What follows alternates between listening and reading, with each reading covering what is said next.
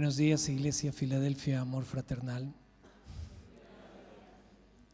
Redunda el término Filadelfia y amor fraternal porque significan lo mismo, pero tenemos ese mismo ADN y nos sentimos en casa. Gracias por la acogida, por el amor que nos han brindado. Pero vamos a entrar directamente en la palabra. Hoy quiero compartir una enseñanza que hemos titulado Un Nehemías para restaurar una familia.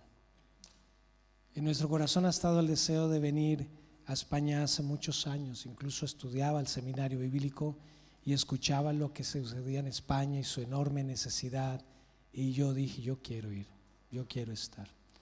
Pero Dios nos ha tenido en Colombia en función de desarrollar el carácter de Cristo en 3 varones jóvenes, nuestros hijos, todos profesionales en el área de la música, amantes del Señor, preciosos, y también por la enorme necesidad que hay en Colombia y en Latinoamérica en lo que respecta a los hogares, a las familias. Pero en conversaciones que he tenido con algunas personas aquí en España, incluso antes de viajar, pues no se ve mucha diferencia en la necesidad que hay tanto allá en Latinoamérica como aquí seguramente en Europa, de la situación por la que están pasando las familias. Muchas crisis, muchos eventos, y la pandemia golpeó muy duro ese sector. Y sabemos que aún desde el primer día de la existencia de la raza humana, la familia fue objetivo militar de Satanás, queriendo aprovechar, robar, matar y destruir el diseño de Dios para la familia. No me estoy dirigiendo con esta enseñanza a quienes no conocen del Señor. Y quizás este personaje del que vamos a estar estudiando nos deja un enorme reflejo de liderazgo en lo que respecta a trabajar para resolver problemas, a trabajar en equipo. Pero quiero enfocar la labor que Nehemías hace en torno a la familia. Nehemías capítulo 1, versos 1 al 4 dice: Palabras de Nehemías, hijo de Acalías. Aconteció en el mes de Quisleu, en el año 20, estando yo en Susa, capital del reino, que vino Hanani, uno de mis hermanos, con algunos varones de Judá, y les pregunté por los judíos que habían escapado, que habían quedado de la cautividad, y por Jerusalén. Y me dijeron: el remanente, los que quedaron de la cautividad allí en la provincia, están en gran mal y afrenta, y el muro de Jerusalén derribado y sus puertas quemadas a fuego. Cuando oí estas palabras me senté y lloré e hice duelo por algunos días, y ayuné y oré delante del Dios de los cielos. Amado Padre Celestial, gracias por tu presencia, no solamente en el lugar, sino en el corazón y mente de cada uno de nosotros. Hoy disponemos nuestros corazones para que en ellos sea escrita tu palabra. Más allá de un conocimiento de eventos históricos, más allá de un relato o el análisis de una historia bíblica, queremos que nos ayudes a entender tu expectativa respecto a cada familia que está aquí representada, independientemente del hecho de que estén todos o unos pocos o tan solo uno conozca de ti, Señor. Ayúdanos a comprender y a ver nuestras familias desde la perspectiva que hay en tu corazón para ellas. En el nombre de Jesús. Amén. Nehemías recibe una noticia. Él está ubicado a 2.600 kilómetros de distancia de Jerusalén. Él tiene un puesto oficial, es copero del rey. Es una persona que puede estar en unas condiciones privilegiadas. Puede sentir que lo que sucede en Jerusalén no tiene nada que ver con él, ese ya no es su problema. Pero Nehemías tiene una enorme empatía con la necesidad que hay en Jerusalén. Jerusalén ya había sido sitiada, la ciudad está destruida, las puertas quemadas por el fuego, ¿sí? Y los muros caídos. Pero miremos un poquitico tomando esos muros y esas puertas, haciendo una analogía ¿qué representan esos muros y qué representan esas puertas? El papel de los muros era proteger la ciudad, particularmente sus habitantes, era demostrar autoridad, donde se establecían límites para los que eran foráneos, donde se demostraba que había una organización social, que había poder, donde se ofrecían posiciones estratégicas para los atalayas, de manera que había una perspectiva superior si la ciudad quería ser sitiada.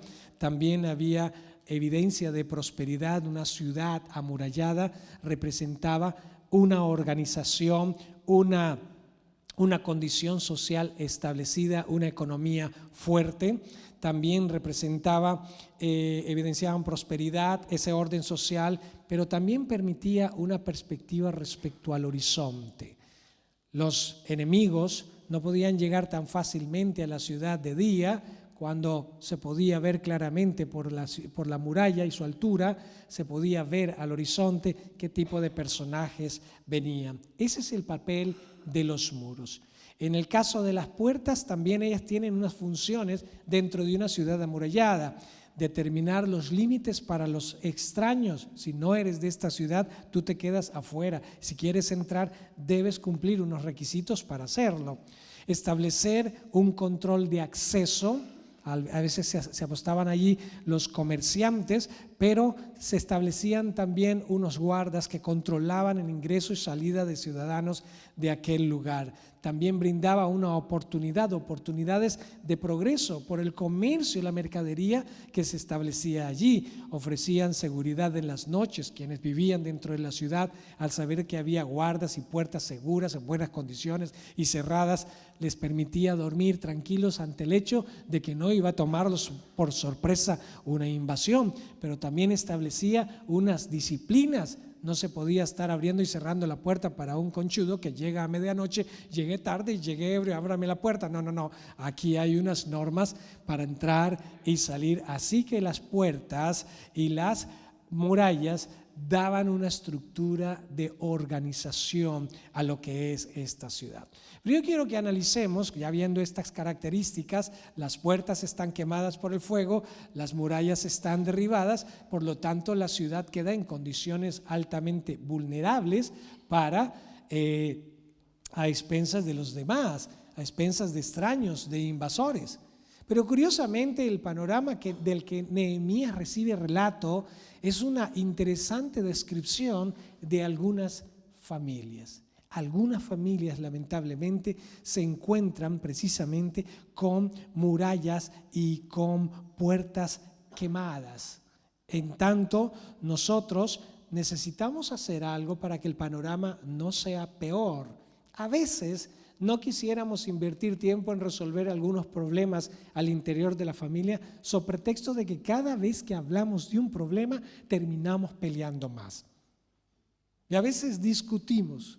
He hablado acerca de 4 hábitos que tienen muchos por costumbre en las relaciones familiares, que son totalmente nocivos en la comunicación y que abandonan la familia a sus expensas. Número 1, hablar de la descripción de la situación. ¿Cómo está la situación de la familia? ¿Cuántas complicaciones tenemos? Si esto se hiciera, si aquello se hiciera. Y hablamos solamente quejándonos de lo que pasa, lamentando lo que pasa. Y muchas conversaciones en pareja, en familia, se enfocan solamente en una mera descripción de lo que pasa sin acciones resolutivas. Otra práctica que tienen algunos es demostrarle a otros que yo tengo la razón. Es que yo tengo la razón. Si hiciéramos esto así, esos argumentos que ellos plantean no son como yo creo que son de la manera que yo pienso que son e imponen su posición. Evidencia, por supuesto, un alto nivel de orgullo.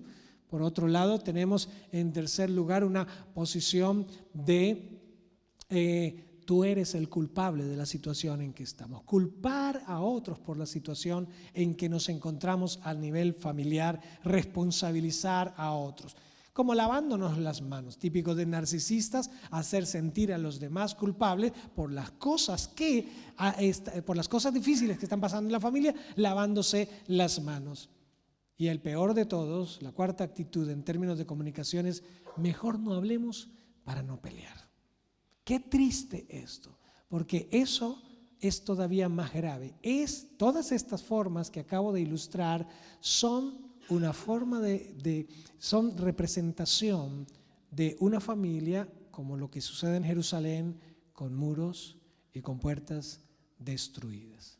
¿Qué hace Nehemías? Bueno, lo primero que hace Nehemías es evaluar el estado de las murallas. En el verso 13 del capítulo 2 dice: y salí de noche por la puerta del valle hacia la fuente del dragón y a la puerta del muladar, y observé los muros de Jerusalén que estaban derribados y sus puertas que estaban consumidas por el fuego.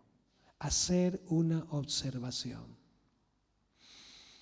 Pocas veces dedicamos tiempo para hacer una reunión familiar que nos permita evaluar las condiciones en que nos encontramos. Cada uno de los padres está ocupado en temas laborales, en temas personales. Los chicos están creciendo, tienen sus amigos, también tienen sus problemas. A veces nos comentan sus problemas, pero a veces les cerramos las puertas a los chicos para comentarnos sus problemas porque tomamos sus problemas con un alto grado de ansiedad. Algunos chicos llegan a donde mamá, le cuentan un relato y mamá se angustia, se desespera, no puede ser, terrible, ¿qué vamos a hacer? Y el chico ve tan angustiada a su mamá que llega a la conclusión de mejor no le vuelvo a decir nada para no angustiarla, y prefiere apoyarse en otras personas. Prefiere buscar a otra persona que le escuche, que no se altere tanto, pero a veces no encuentra a la persona más adecuada. Es una descripción exacta de lo que está sucediendo en algunas familias. Ahora, ¿qué hacemos? Pues hagamos un diagnóstico, identifiquemos que está fallando. Eso demanda entonces que nos comuniquemos. Eso demanda que podamos decirnos a unos a otros: ok, nos vamos a sentar y hablar de las cosas que están difíciles en casa, pero no en función de juzgarnos, de condenarnos, de señalarnos. Esa no es la idea, y desafortunadamente a veces nosotros como padres tenemos esa intención de evaluar lo que hacen y juzgar. No está bien hecho, no lo debes hacer, y eso bloquea a los chicos para poder expresar libremente lo que a ellos les parece, lo que ellos opinan, y la opinión de ellos, a que tengan 4, 5, 6 años, también es importante. Así que tenemos esta condición. Identifiquen el diagnóstico, los muros caídos y las puertas. ¿Cómo está la unidad en el vínculo de cada uno de los miembros de la familia? ¿Cómo está la autoridad, la disciplina, las normas? ¿Esto tiene un orden? ¿Hay estructura? Ahora, no quiero insinuar tampoco que todo tenga que ser acartonado. No. Hay una flexibilidad, pero debe existir un orden. Dios creó todo en un orden. No vemos el universo en un caos. Estaban esas condiciones descritas en el segundo versículo de la Biblia, pero Él intervino con su Espíritu, y más en un hogar donde está el Espíritu de Dios, ¿verdad? Dice Nehemías en el verso 13: entonces, y salí de noche por la puerta del valle hacia la fuente del dragón y la puerta del muladar, observé los muros de Jerusalén que estaban derribados y las puertas que estaban consumidas por el fuego. La invitación a través de este ejercicio que estamos observando en Nehemías es, y valga la redundancia, observa la situación de tus hijos, pero no la observes como adulto. Métete en los zapatitos de tus hijos aunque te tallen. Mira lo que está sucediendo. Reacciones, actitudes, comentarios, no para alarmarte, no para angustiarte, pero haz un diagnóstico de la situación. 2, establecer un propósito determinado a partir de la evaluación. Nehemías 2:17 dice: les dije pues, vosotros veis el mal en que estamos, que Jerusalén está desierta y sus puertas consumidas por el fuego. Venid y edifiquemos el muro de Jerusalén y no estemos más en oprobio. Otra forma de decirlo es: no sigamos siendo la burla y el hazmerreír de los demás. No seamos motivo de vergüenza para los demás. El niño, observando a papá en la iglesia que adoraba al Señor, jala su chaqueta y le dice: papi, espérate, papi, ¿qué quieres? ¿Podríamos venirnos a vivir a la iglesia? ¿Vivir en la iglesia? ¿Por qué? Porque aquí eres diferente, papá. Porque aquí eres mejor, papá. Y creo que si seguimos iguales, donde hay una incoherencia entre lo que escuchamos y aprendemos en la iglesia y en lo que vivimos en casa, seremos una vergüenza para los impíos. Los impíos no quieren quizás ser como nosotros, pero saben cómo debemos comportarnos. Y a veces son más incisivos en observar nuestra conducta para decir de nosotros, y cristiano, ay, y que predica el evangelio, y que va a la iglesia. Esto lo toman mal algunos y no, si es así, pues yo no vuelvo a la iglesia. No, no es por ahí, al contrario. No se trata de dejar de ir a la iglesia, se trata de que lo que aprendemos en la iglesia, en este espacio de reflexión de la palabra, pueda ser llevado a la práctica en los distintos escenarios donde nos desenvolvemos. Así que Nehemías establece un propósito determinado a partir de la evaluación. Hace la evaluación, ve el problema y les dice, chicos, hay que establecer una visión. Hay que establecer una meta. ¿Cuál es la meta? No seguir siendo la vergüenza de los demás. España, Alicante, San Vicente de Raspeig necesita un modelo de vida, una forma de vida que bueno, nos cuesta igual el transporte, nos cuesta igual todos los demás productos, pasamos por las diferentes circunstancias como el COVID y todo lo demás, igual entre comillas, pero hay una diferencia en la forma de asumirlo, donde podemos disfrutarlo, porque sabemos que aunque pasemos por el valle de sombra de muerte, no temeremos mal alguno, porque Él está con nosotros. Luego entonces convocó y comprometió a todos a trabajar. En el mismo verso 17 les dije, pues vosotros veis el mal en que estamos, que Jerusalén está desierta y sus puertas consumidas por fuego. Venid y edifiquemos el muro de Jerusalén y no estemos más en oprobio. Me llama la atención la expresión edifiquemos. Venid y edifiquemos. ¿Qué tiene que? Nehemías no vive ahí. Ese no es, ahí no tiene su familia, ahí no está su casa. Pero Nehemías les dice, edifiquemos. Yo también me voy a remangar y también voy a ensuciarme las manos para trabajar. No vivo acá, pero Dios me ha traído acá para que esta casa sea puesta en orden. No está en el orden de Dios. Nehemías tenía una afinidad respecto a Jerusalén con Dios. Nehemías y Dios podían ver a Jerusalén y ninguno de los dos veía a Jerusalén en el orden en que Dios la quería. Y por eso le dolió a Nehemías. Eso era lo que pesaba en el corazón de Nehemías. Y eso me lleva a hacerte la siguiente pregunta. ¿Está tu hogar según la expectativa que Dios quiere que esté tu hogar?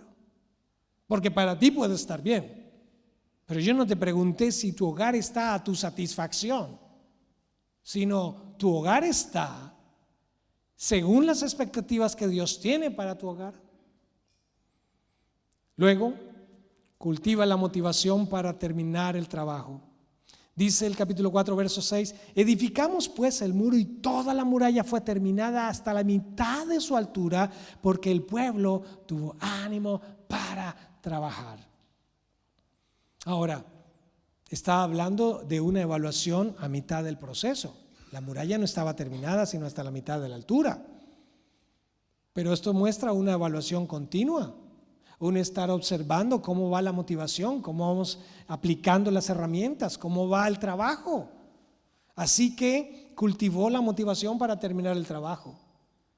Muy probablemente, y si lo invito y alguno es lo suficientemente juicioso para reunirse esta tarde después de la comida y tener la oportunidad de dialogar, oiga, reflexionemos un poquitito sobre el mensaje que el pastor Luis Molano enseñó y por qué no tomamos nota y hablemos un poquitito qué podríamos, cuáles son las condiciones, cuál tú crees que es el problema, hija, qué crees que es el problema que nos está afectando y a ti, tú qué piensas y tú qué piensas y tomamos nota y qué estrategias podemos hacer y tal vez juiciosos hacemos un plan de acción y nos dure a lo mejor 15 días, un mes.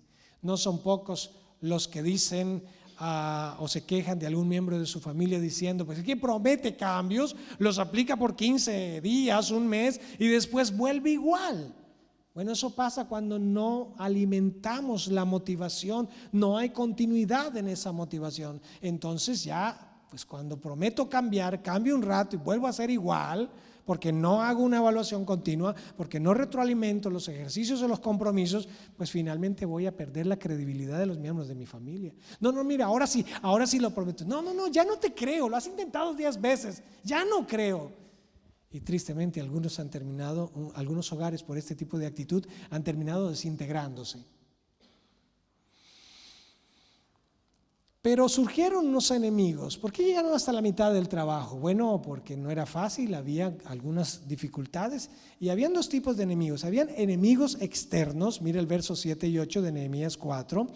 Pero aconteció que oyendo Sanbalat y Tobías y los árabes, los amonitas y los de Asdod, que los muros de Jerusalén eran reparados, porque ya los portillos comenzaron a ser cerrados, se encolerizaron mucho y conspiraron todos a una para venir a atacar a Jerusalén y hacerle daño.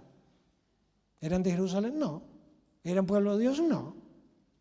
Pero les molestaba que se restaurara Jerusalén, que hubiese orden. ¿Por qué? Porque no podría entonces venir como siempre lo hacían para manosear la gente de Jerusalén, para intimidar a los demás, para aprovecharse de ellos, para hurtarles, para hacerles daño. ¿Habrá enemigos que se van a oponer a la edificación y a la restauración de nuestros hogares? Le aseguro que sí. Si tienes una hija, habrá un chico muy interesado en esa chica que no quieres que tú pongas orden en esa casa o que tú pongas límites. Hay alguien que no le interesa que tu hogar esté bien, empezando por el diablo. Había unos enemigos internos y dijo Judá, que era parte del equipo de los constructores: las fuerzas de los acarreadores se han debilitado y el escombro es mucho. Y ojo esta expresión: y no podemos edificar el muro. Iban en la mitad del muro y ya estaban declarando: no podemos terminarlo, esto es difícil. Estamos desalentados. Ya vimos los enemigos externos, gente que no vive con nosotros, gente que a veces entra a nuestra casa, no la vemos, pero entra a través de las redes sociales, a través del internet. Pero tenemos estos enemigos internos donde nos desmotivamos, donde tal vez nos pasa como el hijo pródigo antojado por alguien para llegar a la casa y decir a su papá: ¿sabes qué, papá? Dame los bienes que me pertenecen. Y se va a una región muy apartada para vivir perdidamente una vida licenciosa. Estos enemigos internos son tan peligrosos como los externos. Pero si no hay una buena comunicación en familia, ¿cómo los detectamos? Así que tenemos estos enemigos, pero hubo estrategias que ellos desarrollaron para enfrentar estos enemigos. Los enemigos fueron enfrentados desde la parte espiritual en Nehemías 4:9. Entonces oramos a nuestro Dios y por causa de ellos pusimos guarda contra ellos de día y de noche. Clamaron a Dios.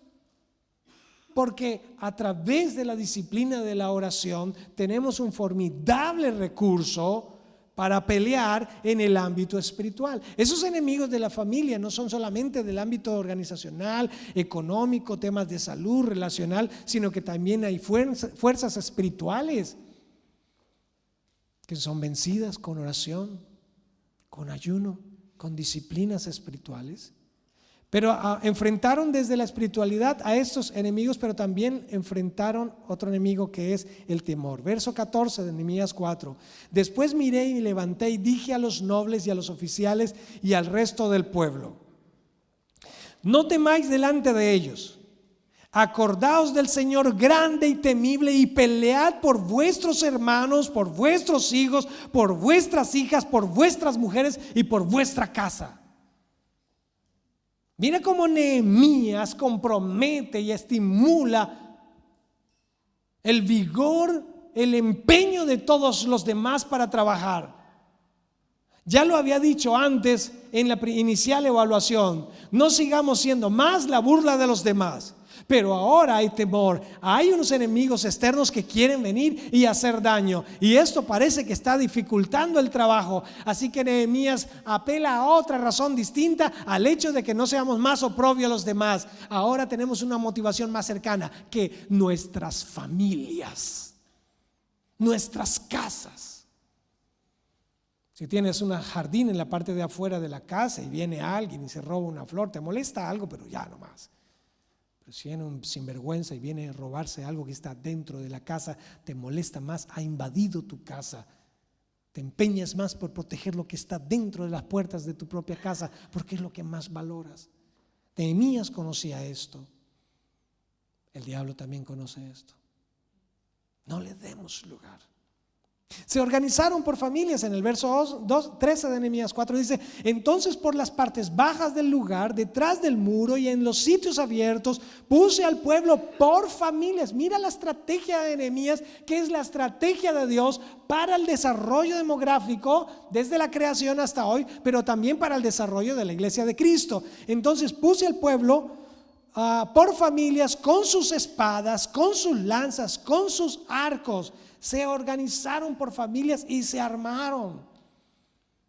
Y otra cosa clave, fortalecieron la comunicación. Versos 19 y 20 dice: y dije a los nobles y a los oficiales y al resto del pueblo: la obra es grande y extensa y nosotros estamos apartados en el muro, lejos unos de otros.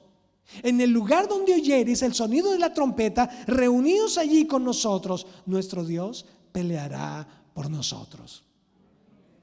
Fortalecieron la comunicación. ¿Cuál es el estado de la comunicación en tu sistema familiar? ¿Dialogan? Oh, sí, hablamos. ¿De qué? ¿De carros? ¿De comida? ¿De moda? ¿De amigos? ¿De extraños? Pero hablan de lo más álgido, lo que quizás da oso hablar, es difícil hablar de lo coyuntural. Ay, no, eso no lo tocamos. Se vuelve pesado el ambiente. Nos polarizamos. Si eso pasa, urge que hablemos de eso. No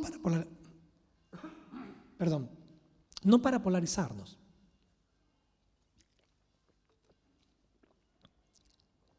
Claro que en los problemas de familia hay que tomar un lado, pero no un lado tomado en función de que si tú piensas así, yo voy a pensar lo contrario porque es que no me gusta como piensas, o por tu culpa la situación está así. Hay que tomar el lado de Dios en el conflicto. Es ahí donde tengo que preguntar: ¿cuál es el lado de Dios en este conflicto que estamos viviendo en familia? ¿Es la familia? ¿Está mi familia en las condiciones que Dios quiere? No, ok.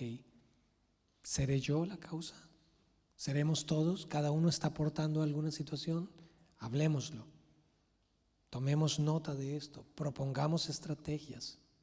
Oremos al Señor. Organicémonos, fortalezcamos la comunicación. Verso 6, capítulo 6, verso 15. Fue terminado pues el muro en 25 días, el 25 del mes de Elul, en 52 días. Edificaron esos muros, pero eso es un proceso que toma tiempo y exige esfuerzo. No nos podemos cansar en la mitad del camino. Y todo termina en el verso 27 del capítulo 12 de Nehemías, cuando dice: pero para la edificación del muro de Jerusalén buscaron a los levitas de todos los lugares para traerlos a Jerusalén, para hacer la dedicación y la fiesta de alabanzas y con cánticos, con címbalos, salterios y cítaras. La gloria de Dios se vio evidenciada en la restauración. Hay un punto que tal vez no lo profundicé, y es cuando Nehemías está en la indagación y se topa con dos estructuras de lo que está dañado en la ciudad, sí, y no puede cruzar, y tiene que darle la vuelta para poder pasar, porque va con su cabalgadura. Y esto nos habla de lo acostumbrados que a veces estamos de que las cosas estén mal. Esos escombros, esas dos estructuras, posiblemente pedazos de muralla caídos que no permitieron a Nehemías cruzar de un lado a otro, sino que le tocó rodearlas, hacía tiempos estaban allí. Y el pueblo se acostumbró a eso. Y se le dijo: ¿Ustedes notaron los escombros que están en la...? Ah, sí, los vimos. Y bueno, ¿y no han hecho algo por acá? No, le damos la vuelta, no hay problema. y se acostumbraron a las malas condiciones de Jerusalén. Entonces se necesitaba que alguien de afuera les abriera los ojos y les hiciera observar: mira, las cosas no están bien, pero yo no veo problema, y eso siempre ha estado ahí, así somos nosotros, eso es tema de nuestra cultura, eso son costumbres, pues ya lo resolvimos, simplemente le ponemos una cinta pegante y ahí se queda sostenido y no pasa nada. A medias tintas. ¿Es la manera en que Dios quiere que resolvamos las cosas? La Jerusalén que Nehemías encontró y la Jerusalén que Nehemías despide son dos Jerusalén distintas. El problema de la muralla rota, las puertas quemadas, los escombros allí eran simplemente síntomas. La raíz del problema estaba en sus mentes, la raíz del problema estaba en sus corazones, la raíz del problema estaba en sus actitudes, la forma en que tomaban las situaciones que vivían en Jerusalén. Se acomodaron a esas condiciones. Y ese fue el mayor problema en Jerusalén. Y es la situación real de algunos hogares. Nos acomodamos a unas condiciones detrimentes. Termino con esta pregunta. Si piensas comprar zapatos para tus hijos, ¿cuál de estos dos criterios, y solamente te voy a dar estos dos criterios, no te voy a dar más, cuál de estos dos criterios prefieres? ¿De buena calidad, aunque sean caros? ¿O baratos, aunque no sean de buena calidad? ¿Quiénes prefieren la primera opción? Gracias. Baja su mano. ¿Quiénes prefieren la segunda opción? ¿Y los demás qué prefieren entonces? Usan pantuflas. Perdón. La mayoría prefiere de buena calidad. Ahora la pregunta es esta: la calidad de la armonía, de la comunicación, de la unidad, de la autoridad, de la forma en que resolvemos conflictos al interior de nuestra casa, ¿cuál de los dos criterios tiene? ¿Es de buena calidad? Porque la calidad cuesta. Eso es importante, la calidad cuesta. ¿O es barata? Porque no le invertimos ni tiempo, ni esfuerzo, ni calidad, no le invertimos esfuerzo. Por eso llamamos a ese tiempo de estar juntos, escuchándonos, compartiéndonos, expresándonos nuestro afecto, comunicándonos bien, lo llamamos tiempo de calidad. No es tiempo de calidad que nos sentamos junto a la pantalla y ver algo de Netflix y ya pasamos tiempo de calidad. No. Ustedes vieron una película, ustedes no pasaron tiempo de calidad. Que la película haya estado buena, eso no lo hace que sea tiempo de calidad entre los dos. Entonces, la calidad cuesta. Tal vez cueste callar cuando quisiera decir una palabrota. Tal vez cueste controlarme cuando quisiera levantar la mano y dar una cachetada. Tal vez cueste prestar más atención que hablar. Tal vez cueste acostarme un tantito más tarde después de llegar a la casa, a la habitación de cada uno de mis hijos, darles un beso, orar por ellos, abrazarles y a pesar de sus errores decirles, quizás con lágrimas, que los amamos y que nunca dejarán de ser nuestros hijos.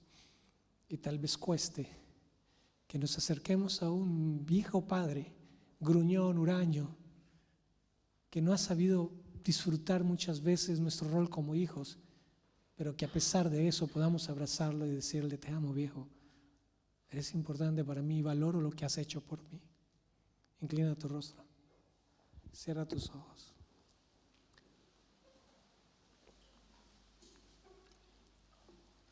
Y déjame preguntarte, ¿las condiciones de tu hogar son como las de Jerusalén? Nehemías tuvo que desplazarse 2.600 kilómetros de distancia para llegar a una ciudad y estimular a un pueblo a cambiar las condiciones. Hemos venido desde Colombia. Hace 5 semanas, alrededor de 40 pastores oraron por nosotros. Y la palabra que Dios nos dio es: van a llevar refrigerio a España. Y abrimos este evento de esta semana con vosotros para decirles: hay una expectativa que Dios tiene respecto a tu familia, pero tal vez te has acostumbrado a ciertas condiciones que para ti resultan manejables, pero no son acorde a la expectativa de Dios. Dios quiere que seas ese Nehemías para tu casa. Pero Dios, soy solamente un hijo, no tengo poder ni fuerza para poder hablar con mis padres y mis hermanos y decirle: mira, tranquilo, solo sé empático con el corazón de Dios para decirle: Dios, yo quiero ser ese Nehemías para mi casa. Yo quiero ser ese que ayuda a mi familia a ver cómo están las cosas según tu diseño, que hace propuestas, que estimula, que se compromete, que diseña estrategias para enfrentar los enemigos externos, los internos, y motiva a todos a trabajar. Si tú quieres ser ese Nehemías, colócate en pie sin importar quién se levante. Y no te levantes porque alguien conocido se levanta, ni te quedes sentado, o no te levantes por pena de quedarte sentado. Tu acto de levantarte es un acto donde le dices: Dios, yo quiero llevar los principios de Nehemías a mi casa, y yo quiero que en mi casa suceda lo que sucedió en Jeremías cuando Nehemías fue. Yo quiero que en mi casa tú derrames tu gloria, que en mi casa las murallas que están caídas, las puertas que están quemadas, la unidad que está rota, los ejercicios de autoridad que están fracturados sean restaurados, y que en mi casa se respire la gloria de Dios aun cuando haya alguien que no te conoce. Quizás no querrían venir a la iglesia, pero que tu presencia se sienta en mi casa, porque empezamos a resolver los problemas a la manera de Dios, empezamos a comunicarnos los unos a los otros a tu manera, Señor. Quienes nos hemos puesto en pie, Padre Celestial, estamos diciéndote: henos aquí, Señor. Queremos ser el Nehemías de nuestra casa, el que lleva tus estrategias para restaurarlas. Perdónanos por acostumbrarnos a unas condiciones que desde el punto de vista tuyo no son las mejores. Y Señor, queremos tener ánimo para trabajar, no unos cambios momentáneos, no unos cambios de unos pocos días. Queremos que nuestra familia te glorifique y que cada casa sea un recinto de tu gracia, de tu presencia, de tu sabiduría. Y que cada persona que llega a nuestra casa y la visita y ve a cada uno de los miembros pueda ver tu gloria en nuestra forma de ser, en nuestra forma de hablar, en nuestra forma de tratarnos. Que se enamoren de ti por ver el amor que derramas en nuestra casa. Que quieran venir a conocerte, aprender de ti, y que quieran que también en sus casas se reconstruyan los muros y las puertas, y que en cada una de estas casas haya un estandarte de tu gloria, que España vea y ame el recibirte en su corazón. Bendigo cada persona que se colocó en pie, que esta palabra pueda ser revisada una y otra vez, y que pueda ser tenida en cuenta en cada aspecto. Y aun cuando hubiera obstáculos, Padre Celestial, queremos tener la pasión para que en nuestra casa se viva tu presencia. En el nombre de Jesús. Amén.